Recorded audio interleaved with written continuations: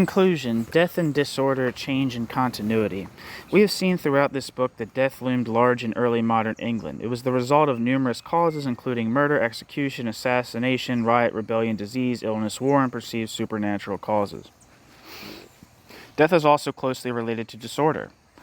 Public execution was a tool used by the state against those who caused disorder under the belief that this form of punishment would restore order to society. Because of this belief, many rioters, rebels, traitors, and felons met this fate at a rate much higher than any other time in English history. At other times, death had the effect of causing disorder, especially when mortality peaked during times of war, plague, and dearth, all of which occurred in early modern England. In a society obsessed with order, death and disorder went hand in hand. Despite the overarching narrative of death and disorder in the society, it has also been seen that England managed to bring about major changes in religion, politics, global relations, and intellectual thought, even as plagues ravaged the cities, wars and rebellions disrupted the countryside, and public executions drew large crowds to town squares throughout the nation.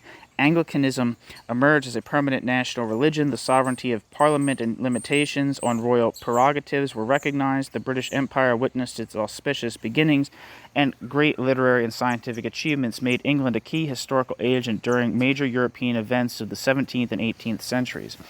These changes endured long after the early modern period of their legacy, and their legacies continue to impact many societies today. Australia, Bermuda, Canada, India, New Zealand, and the United States, and many other, quote, former settler, end quote, societies have inherited England's legal, parliamentary, religious, and social systems. Some of these nations continue to recognize the British Crown as their head of state or belong to the modern consortium of more than 50 Commonwealth countries and dependencies.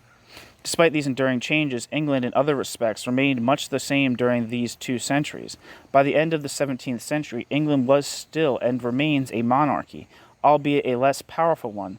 Catholicism still existed in certain pockets of the nation. Parliament was dominated by wealthy land magnates. Relatively few men and no women were entitled to vote, and notions of class and gender were largely unaltered.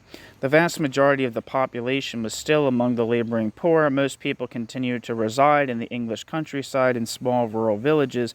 Order and authority remained a priority of the state and church.